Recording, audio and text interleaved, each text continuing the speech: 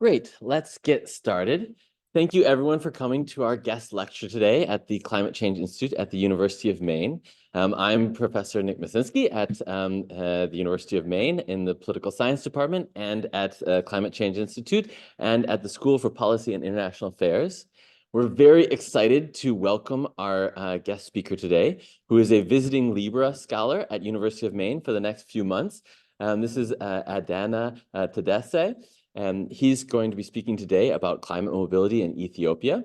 He's also staying with us in Maine for the next couple of months, so we'll be collaborating. And if you'd like to reach out, please reach out to both of us and we can put you in touch. Adane is a researcher and lecturer at Addis Ababa University and has worked since 2019 on climate change and adaptation and mobility in Ethiopia. And his lecture today will be presenting just that. So it looks like we have a crowd online. If you have questions and want to ask things, please put them in the chat. We'll do a question and answer at the end as well. But I'm going to hand it over now to Adane. Thank you very much, Professor Nick. Really appreciate the introduction. Good afternoon, all. So today I'll be talking about climate mobility in Central Sahel, East Africa, and the Horn of Africa. So the talk that I'm going to do today is based on a policy paper that we produced along with my co-authors, Nicholas Meyer and Alazar Melkamo. So this is a research that has been going on for the last almost 2 years. Then, of course, it is based on a bigger research project that's called Moving Regions and exploring climate mobility in the 3 regions.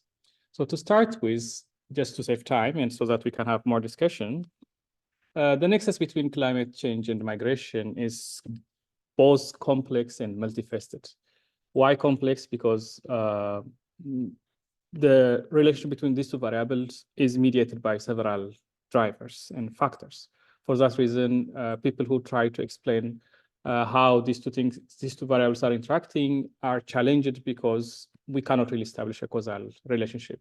Second one is multifaceted because it's about the dimension that we are trying to approach the subject. So for some, climate mobility is about adaptation, and for others, it's about maladaptation or crisis. For that reason, it is becoming really a major policy challenge, not only to address it, but also to conceptualize and engage with it.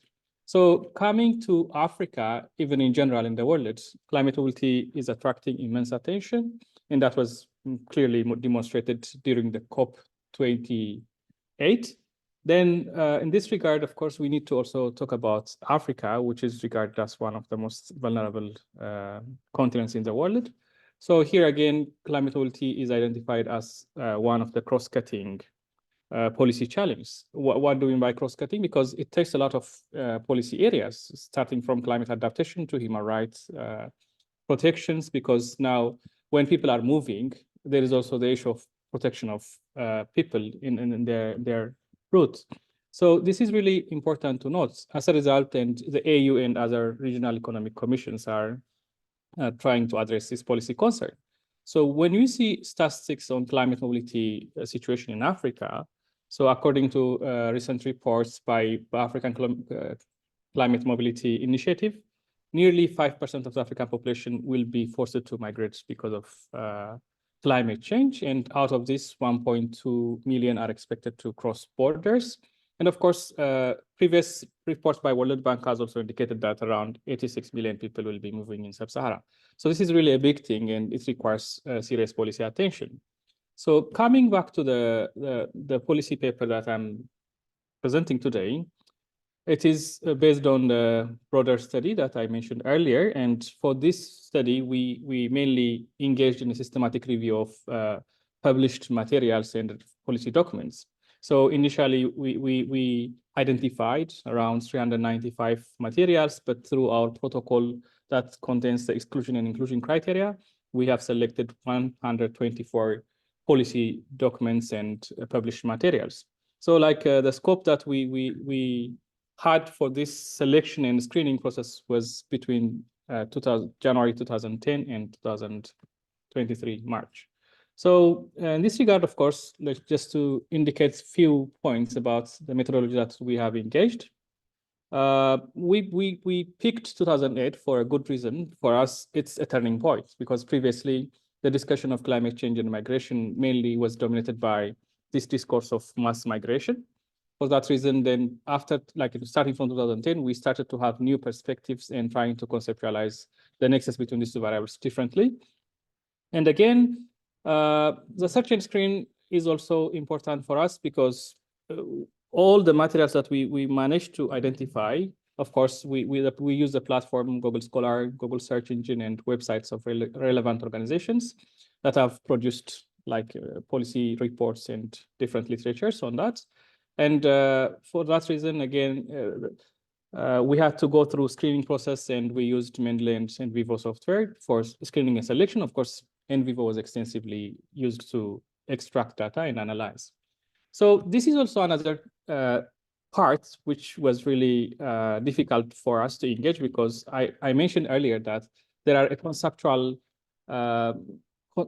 controversies over how do we really conceptualize and frame the nexus between climate change and migration change.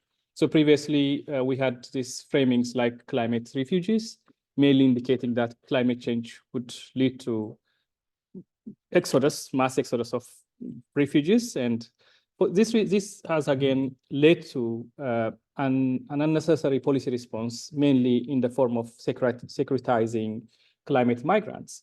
Then we moved to climate migration, which is somehow better in terms of framing the situation. But again, it is based on the causal linkage between the two. And the same is true with climate-induced migration.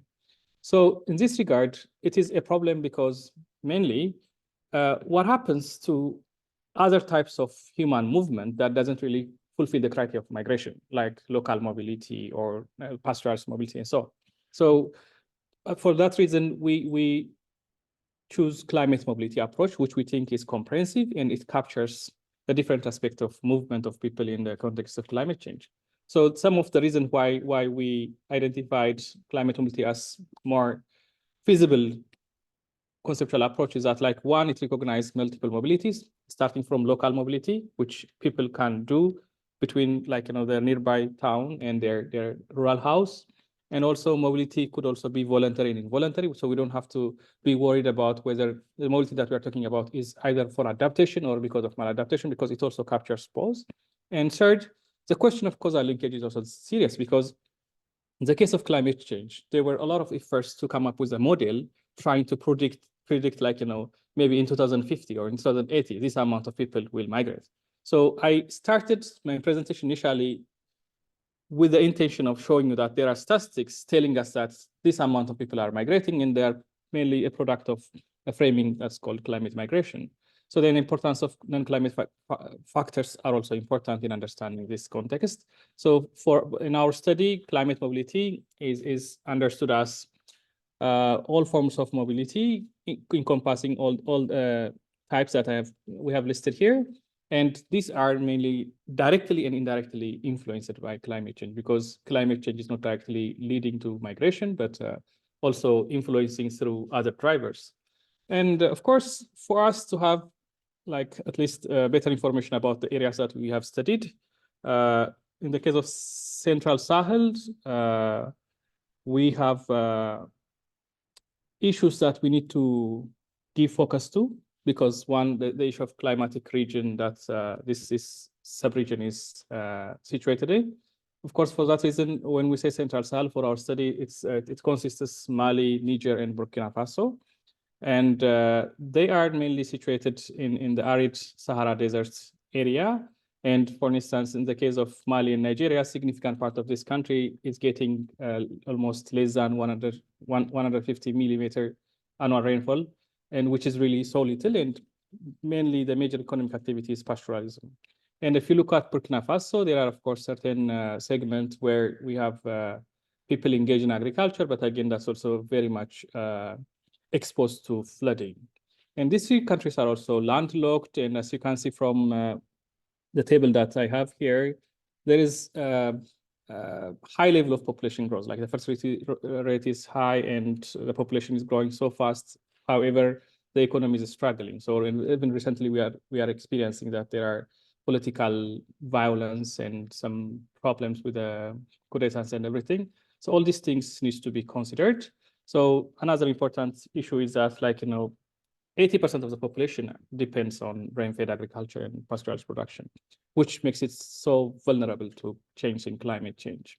In the Horn of Africa, again, there is a diversity of climatic and topographic nature of the region. So there are hot, arid areas where the rainfall is somewhere between 200 to 400 millimeter rainfall. And again, we have wet highland areas, mainly in Ethiopia, where we get more than 1,200 millimeter. So, of course, in South Sudan, there are swamps that are, of course, linked with the white line, Nile, sorry. So then these incidents are also becoming an issue. East Africa, again, we have this diversity, people being affected by this already existing difficult climatic situations. When we see the change in population as well as the climatic setting, then all things are really getting difficult. So now moving to the climate change related concerns in these regions, here we are trying to outline what are the major concerns in terms of climate change. What did we really observe? So in the case of Central Sahel, we have observed shifts in rainfall and air temperature patterns. So these are the findings that we got from the review. And especially if you look at the temperature, then there are also serious predictions whereby the temperature will rise between 2.2 to 4.3 degrees Celsius by 2080. So this is really an alarming sign that there's going to be a lot of crises that we have already observed.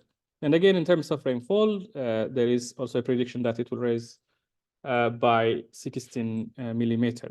And of course, in terms of climatic hazards, we have seen studies documenting a rise in air temperature, drought, floods, especially like almost the whole country in Burkina Faso and most parts in southern parts in Niger are highly exposed to flooding, and further desertification is also experienced. In this regard, of course, as you can see from the slides, then almost 65% of the already cultivable land is degraded.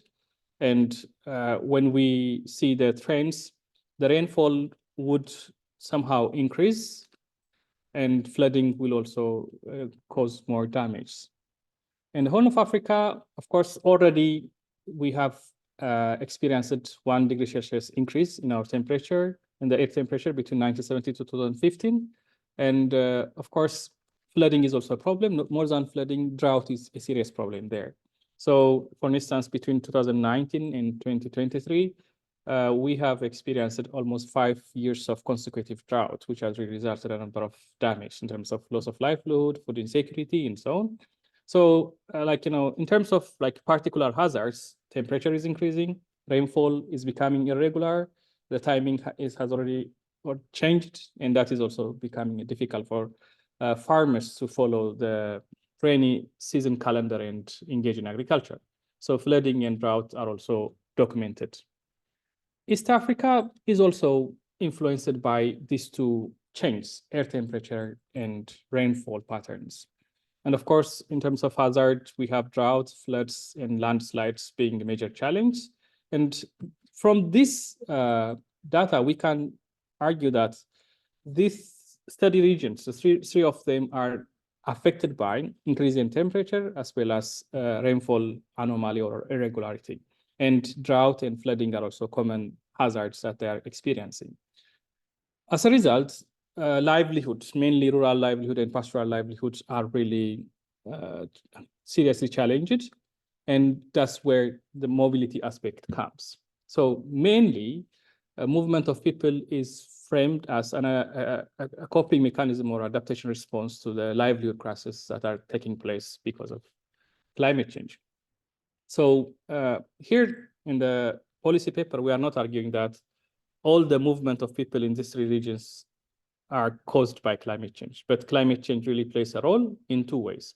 There are instances, especially in the rapid onset hazards, climate change is directly causing displacement, forced displacement. But on the other hand, in the case of slow onset hazards, climate change is influencing human mobility patterns through other drivers, mainly through the economy.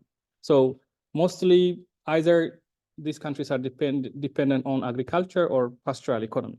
So rainfall issue, temperature issues are really directly affecting livelihood. So this is one important thing to note.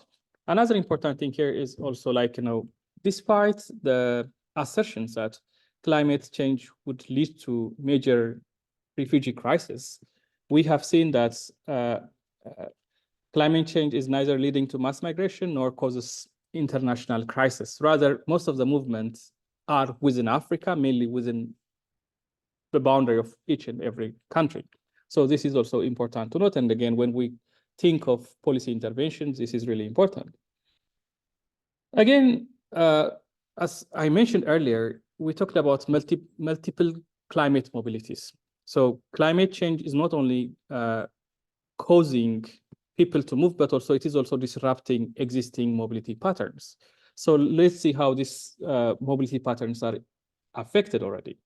So in the case of East Africa, of course, flooding and landslides are really important causes of climate-related displacement. And in Tanzania, for instance, we've seen around 50,000 people being displaced between 2018 and 20. And Uganda also experienced the same. So this phenomena of people being displaced because of climatic hazards and incidents is really observed. In the Horn of Africa, the problem is too serious, especially when it comes to Somalia, the issue of drought-related displacement, even to the extent of crossing the boundary of other neighboring countries, is observed. So IOM has indicated that there are around 2.4 people displaced because of climate change in the Horn of Africa. And flooding is also another challenge that people are experiencing. So only in Somalia, for instance, we see 1.4 million being displaced in droughts. So in this regard, Somalia and South Sudan are highly vulnerable for flooding and flood-related displacement. So this is a table where we see a number of people displaced because of climate-related challenge. So another form of mobility that we have seen is internal climate migration.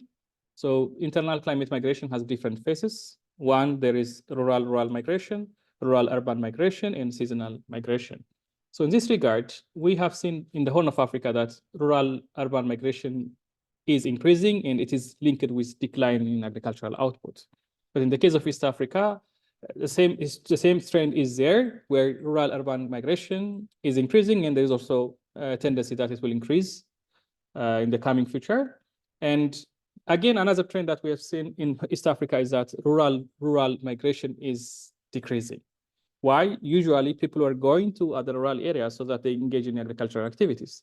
Because of the rain, these places are not really producing. So instead of going to those places, they shift to urban centers.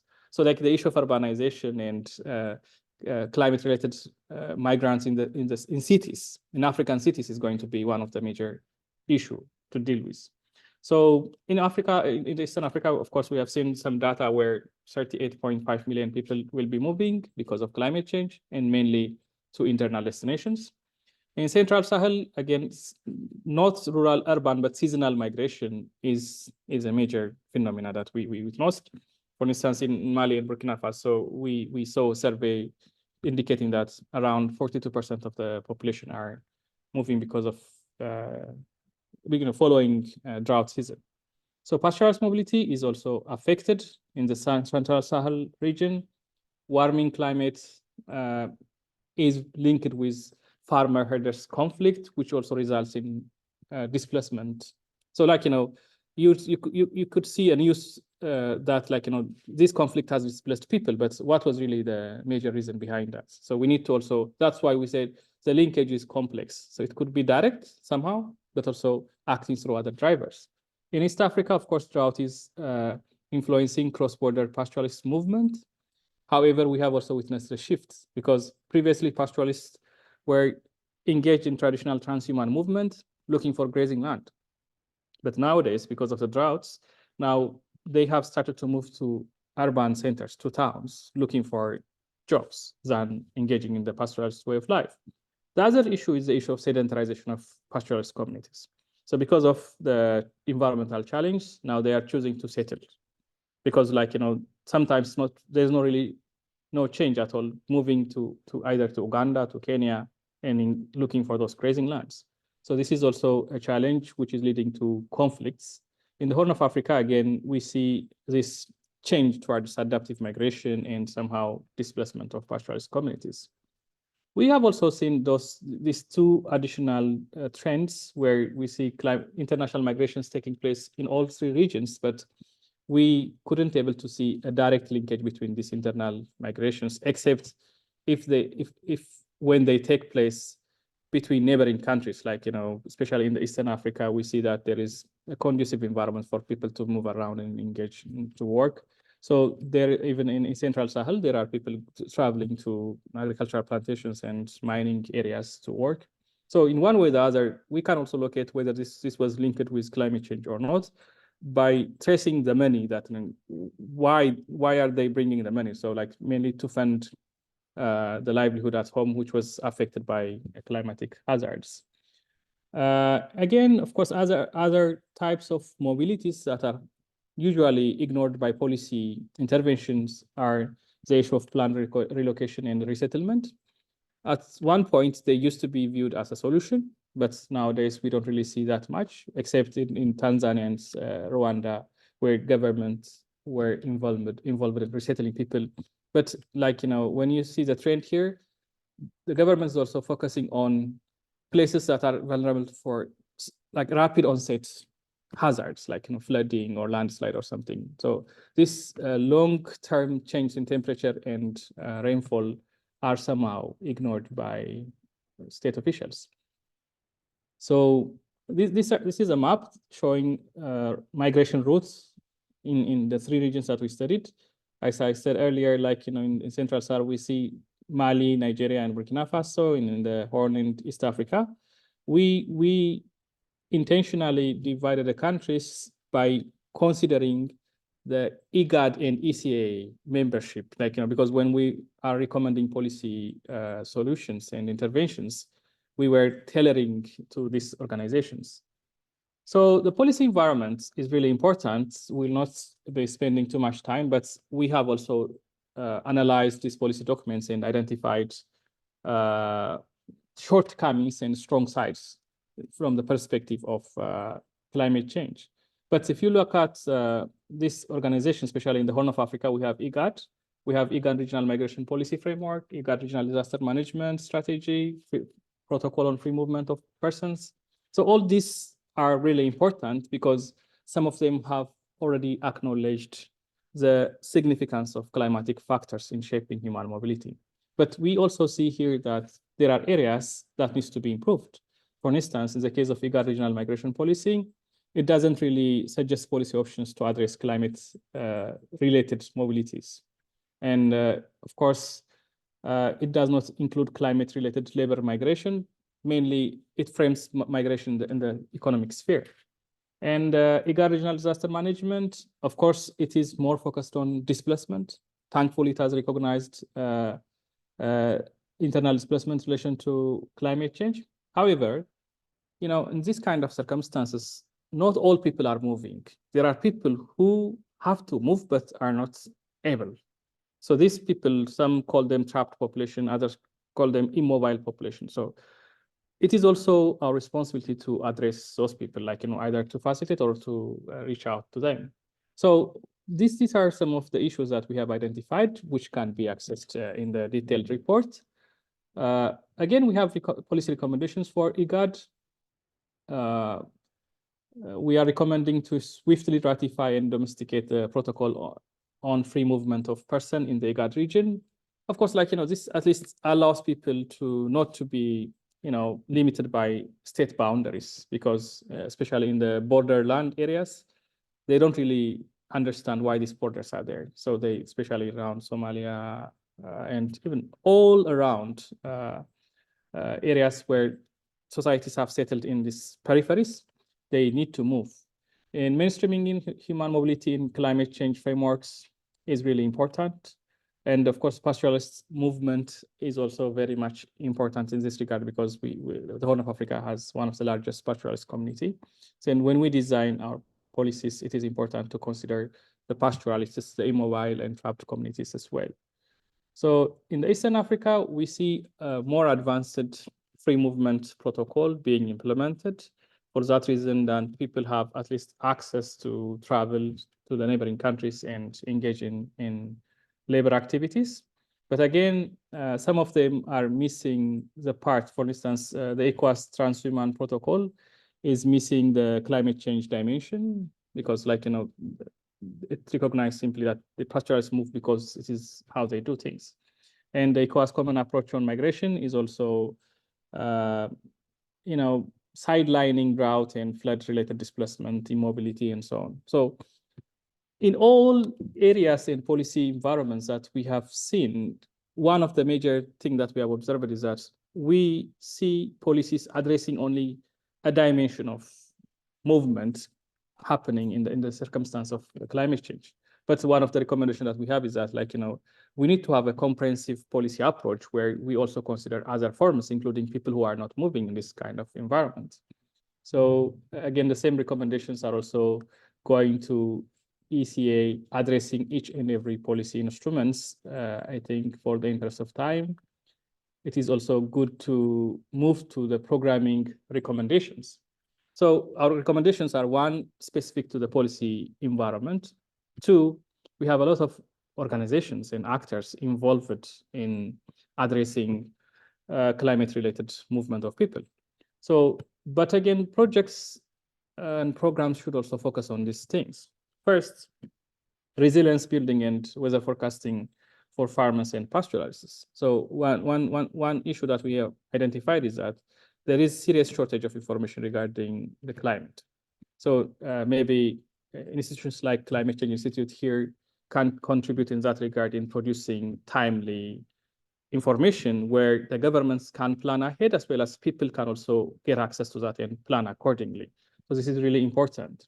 And facilitating and supporting seasonal mobility is also very much essential, especially in the Central Sahel area, because people are becoming more dependent on such kind of movements. So if we are still worried about other issues that could force us to close our borders, then we are not only creating livelihood crisis, but that could also escalate into a security challenge. Working with regional and local initiatives, as well as introducing agriculture, which is somehow climate smart in the sense that it also accommodates technologies and strategies to address climate change, is really important.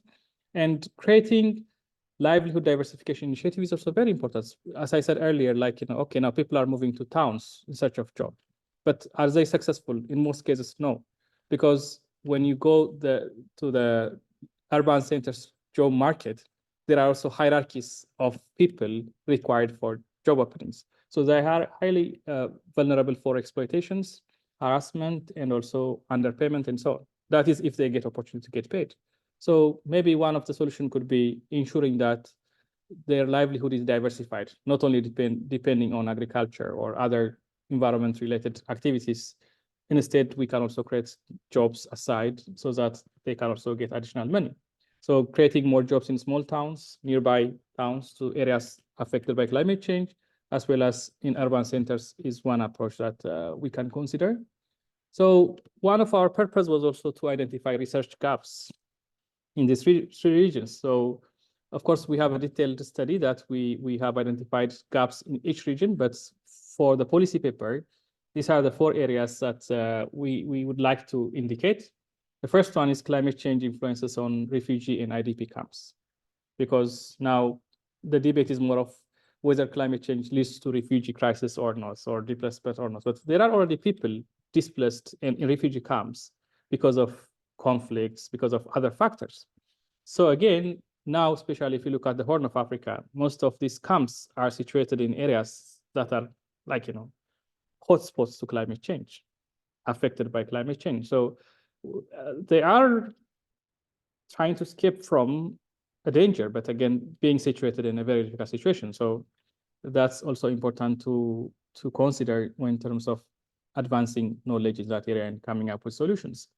Flooding causing migration and displacement, and despite the fact that almost all three regions are highly affected by flooding, this flood-related displacement and movement of people is not given enough amount of attention. So that could be one area to intervene. The third, trapped population and immobility is really also important, because most of the policies that we have seen are more focused on people moving. But if they are not moving, we need to also make sure that why they are not, because we are not really calling for an approach that all people should be moving, but we need to make sure that immobility is voluntary, and there are also other sources of livelihood for people to engage.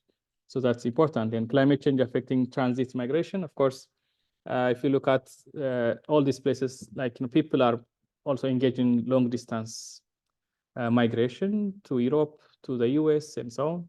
But again, they are also affected by this change in climate. It is important also to acknowledge. Finally, the concluding remarks. One point, climate change hazards are intensifying, not only intensifying, but also disrupting existing multi-practice, as it was manifested in the case of pastoralist mobility. Okay, so they used to move through, but now they are moving to different destinations. Okay, then there's also sedentarization.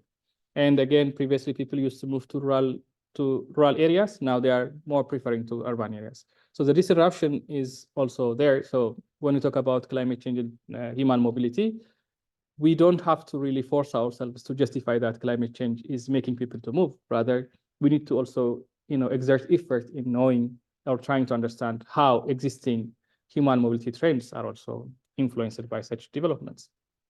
Second, we need to also understand, climate change remains an important factor in understanding human movement in these areas, because one, it is a factor by itself driving people to move. And most importantly, it also affects other drivers. For instance, we can see the role of climate change in economy. Agriculture is affected, then people are suffering, so they have to move. And again, we can see that in the security and conflict-related drivers. So scarcity of land, especially fertile land, is a problem. And again, the sedentarization of pastoralist communities is also a challenge that could trigger series of conflict networks. So it is also important to understand agrarian and pastoral communities are, in most cases, are employing migration or moving to places where they can get livelihood as an adaptation mechanism. So at least they are responding to the crisis that they're experiencing through moving to a place where they can get work. So in that regard, it is also an issue where policy makers should give attention and address the concern. So usually the tendency in Africa is that governments want the people to stay intact and not to move because it could lead to more problems. But again, okay, now we should also understand that there are people in danger. They are responding mainly through movement, and that requires some attention. How do we govern that? So more of the question is, how do we really govern this thing? That's important. And in terms of policy, climate mobility being a policy agenda, it should be noted that issue of human rights, development, adaptation, disaster risk reduction, etc., are dimensions that we can at least see climate mobility as a policy agenda. And at the end of the day, we are proposing a holistic approach to address climate mobility. So it's not about only labor migration from climate change affected areas or displacement from flood affected areas or refugees in Kenya coming from Somalia because of drought. So we need to have a policy orientation recognizing the diversity of people who are in move because of climatic hazards. In that way, both the Africa Union and other regional economic commissions can also address the challenge. And it should also be understood that climate change adaptation and climate mobility have a close interaction and they influence to each other. So this is what I have for today. Thank you very much.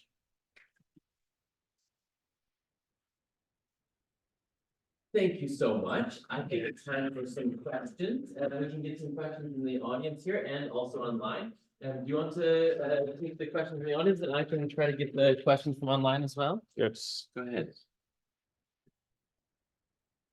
I'm going to stop sharing slides and yeah, welcome. Go ahead. Do you want to others in the audience? Yeah. Thank you so much. That was such a great presentation. It was so comprehensive. I didn't realize the scope of your work was so broad.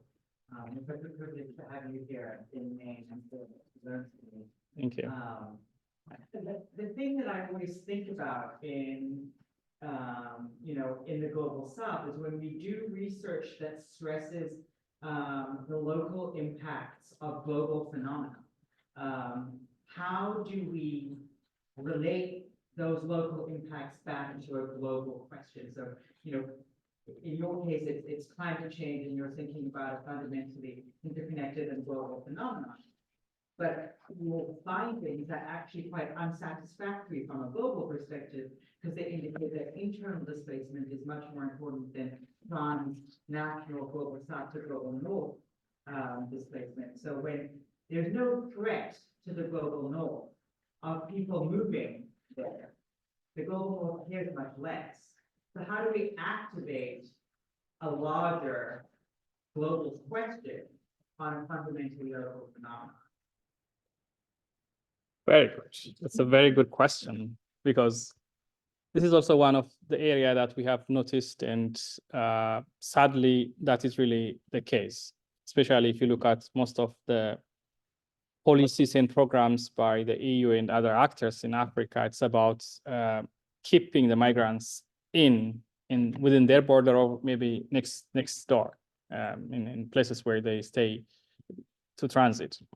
But that is really a case, and that needs to be criticized. One of the issue that we have addressed in this policy paper is that whatever engagements and interventions should also recognize that this also matters. And our target for now is mainly the regional organizations in the Horn of Africa, Central and Eastern Africa. They need to be aware of that, and there is a gap that others are not really working on that.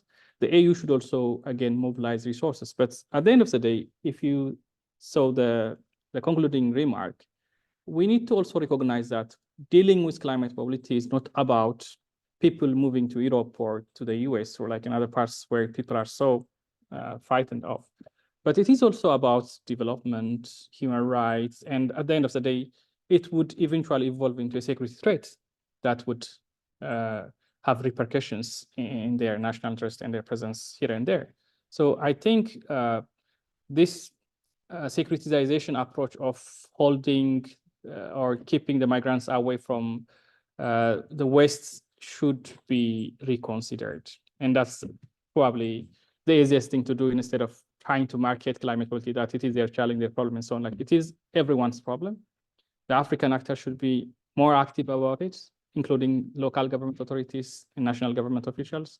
But at the end of the day, the whole global community, as they are giving attention to climate change related issues, emission and etc., this is also one aspect that we need to be addressing. Maybe, if I may. Yep. Thank you. Other questions? Start here and then over here. Go for it. When we're discussing the idea of funds being mobilized by the global north into the majority world, a lot of the routes that we think about are through either UN facilities like the Loss and Damage Fund, which is currently underpledged but could see an increase, or other investments into. I know there are some ongoing programs like the the Green Great Wall, the attempt to combat desertification in Sahel. Do you anticipate an increase in funds for climate mitigation, and could that be one possible avenue for this kind of economic driver or incentivization that we need to stabilize climate refugee communities that have participated in this urbanizing trend? Excellent. So I feel like, even when we address this problem in these three regions, and my co-researchers as well, we have focused on this funding, like the climate finance and how it's flowing to developing countries and most vulnerable and so on. There is, of course, a scarcity of finance, but also the way they are invested at the local level is also one thing that needs to be questioned. But at the end of the day, you see a lot of fundings for either planting trees or environmental conservations and so on than investing on the livelihood of people. So for instance, yesterday I was having this presentation on the child migration, like, being one of the response in certain areas. But again, we need to invest on adaptation strategies that addresses the need of those vulnerable households. So probably the finance could be invested. So when we are soliciting these fundings, we need to have also a budget pocket for job creation. Of course, like, there are efforts in some parts where green jobs are being created. But at the end of the day, the economy is shifting and people are in it and livelihood crises are taking place. And at the end of the day, we need to also consider jobs. Jobs requires investment maybe not only from loan from World Bank and IMF, but also through climate financing could be one way. And loss and damage will have a lot of role in that process. Thank you. I have sort of a two-part question. The first is just about hazard mapping. And so if there are adequate and available maps of just hazard risk in different countries, and if that helps with some of the prediction of the most vulnerable areas. But then second, the numbers out of Somalia are quite large. And so I didn't know how much of that was because Somalia has a larger population than nearby countries. I don't know. Or if it's particularly vulnerable in terms of hazards, or if it's just really changeable with changing climate. Very good, very good. So I think the first one, I see it's a question of both knowledge and technology.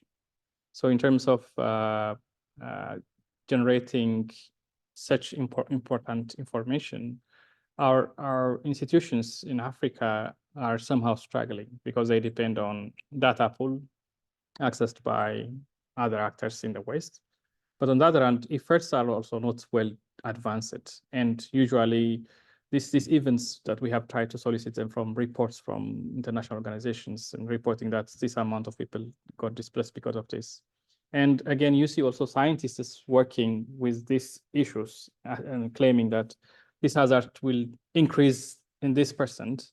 Then you see a gap between politicians being aware of those hazards and again, academicians trying to entertain and produce knowledge in that regard. So we sensed a gap in that regard, and probably the science aspects would also contribute. Like the good thing is that there are a lot of more advanced mechanisms where if we are willing that we can share and get access to more information that could also shape the future. But for now, there is a lack of such data. But in the case of Somalis, of course, the issue of climate change, adaptation, and mobility of what sort needs to be also understood from the state perspective. So in Africa, the states do play a lot of role. And unfortunately, the state capacity in Somalia is not strong than at least some of the countries in the Horn of Africa. So that really affects a lot. And as you said, again, the fact that this is also a region where we have ethnic groups being partitioned by boundaries has also some influence on that. But at the end of the day, in the past, there were displacements and refugees because of conflict. And now people are still moving, but because of a different reason. So there is already a trend of refugee crisis. And for instance, in Ethiopia, there are almost around 1 million refugees from Somalia, from South Sudan, from Eritrea. So the refugee, this is simply climate change is creating another layer of the refugee situation in the Horn of Africa. There are a few questions online. Do you want to see? There's here's one that's from Diane. Has there been an analysis to demonstrate if one gender is disproportionately impacted by climate change displacement? If so, what is the difference in the impact, specifically in Africa? In Africa, yeah. So in this regard, of course, women are highly affected in terms of immobility and displacement as well. But in the case of moving to other places in search of work, it's mainly male dominated. So like people are moving mainly for engaging in labor activities. So the mobility domain is mainly male dominated. But in the immobility aspect, children and women are among the people who are unable to move. So someone has to at least find a way to go there and bring something so that they can eat. So this is one issue that we have noticed in terms of gender. You might also share your other study about as well, which was, I think, adjacent to, there's some not necessarily gendered aspects, but an age, the impact on child migration. Yeah, true. Like, now we're talking about households, right? So in the household, especially in rural areas, we see a lot of demographic diversities and young people, especially those who are unable to access both farming related jobs and also those who are also not being productive enough in their farming activities. So the young is there to move. But unfortunately, if you look at the continuity of the socio-economic as well as other cultural consideration of that community, the young is still an important segment of society. But unfortunately, again, the issue of child migration is also becoming serious because they are invisible in the sense that because of the crisis, more priority and attention is given to the largest segment of the people moving. So that's basically labor-related migrants, and in the other aspects, pastoralist people moving. So I think what I saw even from my other studies, child migrants and women who are influenced by such kind of hazards are not really given enough attention. Great. There's another question here. This is from Cristiano. Do you think that the entry into force of the 2018 African Union Protocol on Freedom of Movement could have a positive impact on the situation of climate migrants in the entire continent, as well as do you think in the converse, there will be a disproportionate burden borne by several countries? Yeah, of course. One of the policy recommendations that we have regarding the AU is about this protocol, the AU protocol on free movement of people. So despite its relevance, it is also related with the African Continental Trade Initiative, where there's going to be a lot of trade, like as it is the case with the AU, there's going to be a lot of trade in Africa. But unfortunately, when governments have showed interest in signing the African Continental Free Trade Area, the interest towards this protocol is not that much. So I of course, this is something that we need to also maybe engage in conversation with the African leaders, because trade, business, economic growth, and everything that we are aspiring to achieve through the African Continental Free Trade Area, it cannot be affected, implemented unless we allow people to move. So this is really important. In terms of climate migrants, of course, it might not be that much helpful for people getting displaced and crossing borders, but people who are engaged in seasonal mobility, people engaged in labor migration so that they can work and support family, this is going to be wonderful. But unfortunately, of course, as you said, there are economies that are well advanced, and there are economies that are still seeking for more resources. So the disparity is a problem, and maybe that's why states are not that much eagerly interested in this process. I think there was another from Diane. Can someone repeat the question? Oh, that was what we just said there. Other questions here? I have a question for you. I'm wondering if you could discuss the dynamic between climate change pastoralists how climate change influence pastoralists and conflict that might arise from different movements of pastoralists and even government initiatives to prevent movement of pastoralists. So when it comes to the dealing with the pastoralists, our study shows that they are among the most marginalized segment of the population in almost 3 regions, despite their population size and everything. Of course, there are agreements that are already signed and that governments are trying to implement. IGAD, ECOWAS, and even EAC are also having those protocols. But unfortunately now, because of climate change, what we see is the nexus not only between mobility of people and climate change, but also conflicts. So the securitization of climate change related movement is really one issue that's standing out.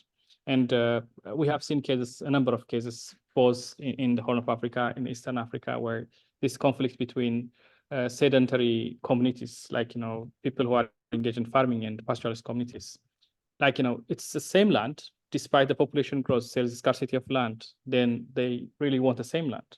So that is a problem. And of course, you can see they were moving mainly in the area where we lack rain. So that was not an area that was conducive for agriculture. So there's going to be a lot of pressure in arable lands, and the conflict is somehow is going to advance, but the states are not that much successful in mitigating, because it seems like, it is taken as something natural that the pastoralist community are going to cause trouble. This is also a wrong policy orientation, that it is because of the resource and it's because of the pressure from the climate that these changes are also escalating. So instead of trying to come up with traditional mechanisms of resolving conflicts and everything, it is also important to come up with concrete policy options. Other questions? I have another question. If I can come in, please. About your policy recommendations, and this is it's both integrates global and national things. I guess one of the variables I didn't see in this, but I've heard in your other research, is the differential impact of class on this, right? The way that climate change impacts different classes of people in Ethiopia and elsewhere. So a rich household versus a poor household versus farmers. How do you think your policy recommendations can take into account class as a variable? Well, so given the scope that we have, like, we try to cover 3 different regions with different realities and so on, we were not able to go deep enough to address local issues. Like, in most cases, either our observation is emanating from the findings of previous studies or policy reports, or gaps in the policy. So in that regard, we were not really able to capture that. But as you said, in my other research activities, socioeconomic groupings is really important. And like, this concept of differentiated vulnerability, differentiated adaptation, and so on is really important, because usually we feel like all are exposed and all are affected equally, but that's not really the case. So depending on structural and historical factors, the people's level of vulnerability and their capacity to adapt also varies. So again, this is where the issue of climate finance and funding projects also comes, because who is going to get that resource? Because usually local politics are dominated by a well-to-do segment of the society, which is the local elite, and that's also one of the most important political economic question. How do we really translate those fundings into equitably projects that can be equitably distributed to the most vulnerable? So like, the issue of vulnerability also requires to be refined. So like, not all of them are not equally affected. That is true. More assets, better adaptive capacity. And less asset, then you're going to face a lot of things, including shortage of food, and to the extent of maybe moving away with all members of the family. So at least like to some extent, it is a privilege for one member of society or the household to go there and send money. That is when you have some level of assets. But if you don't have that much asset, then you have to move with your family, so that the intervention is always a daily kind of engagement. You earn, you eat. So that's the situation. Thank you. Are there other questions? Any questions online? We have another one here. Let's see. Thanks a lot for the talk. Already in touch with your colleague, Nicholas Meyer, about immobility in Ethiopia, and it's great to see your work. I'll be researching on this. We're very interested in the topic of immobility, specifically how environmental changes have impacted people's desire to remain immobile. How have there been any shifts in the signifiers of voluntary immobility, e.g. place attachment, or does place attachment remain stable? Excellent. So I think this question is more specific to the Ethiopian case. So the issue of immobility is really important, and now people studying immobility are trying to examine whether people's immobility is because of an involuntary because of their will or because they were unable. I think this is where the trapped and the immobile people needs to be segregated. But in most cases, the hazards that we're experiencing are slow onsets. So people are trying their best to deal with them, and they might have a privilege of either to choose to stay or at least to move and again come back and ensure that there's going to be an extended presence in their area. So from the climate mobility perspective, of course, there is a very slim boundary between mobility and immobility. So that's one aspect that needs to be recognized. But again, in the case of rapid onset hazards, there is a risk.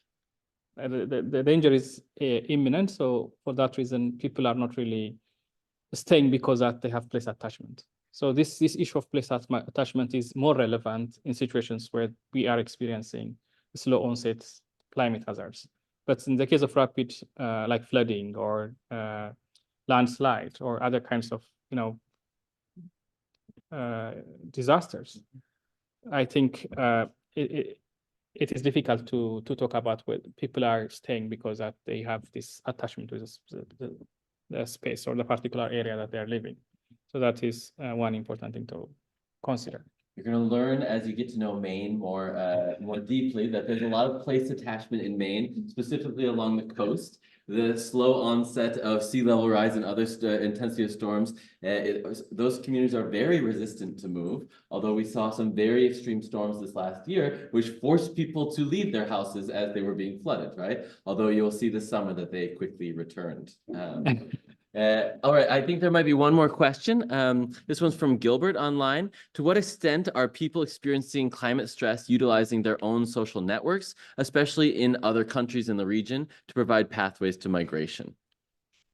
Yeah, true. So this issue of social network is really important, almost in forms of mobility, probably except the pastoralist mode of mobility. Because if you look at rural-urban migration, there needs to be someone who at least knows about the situation in that particular place. But even it's most likely for people to migrate if there is another person who already migrated before or a person that they know, like a relative or something. So that is really important, not only also for rural urban, but also for international migration. So I would say this is an important variable. But again, I see it's more of a facilitator of movement of people in the climate situation than like there are people who are arguing that people are moving because they know somebody somewhere. I think that is very simplistic. But again, knowing somebody somewhere would help in the process. So like you get more information, you feel safe and so on. So I think we can think of social network and adaptive migration where migration outcomes would be very much helpful for people to adapt because the integration with the urban situation and getting job and everything would be smoother for people who have networks than who don't. So that could be one perspective that we have. Thank you very much. Can we all join in thanking Adane for this wonderful talk and hopefully lots more engagement over the next few months. Thank you. Thank you all for coming. Thank you very much. Thank you everyone online for participating, and we hopefully will get more interaction later.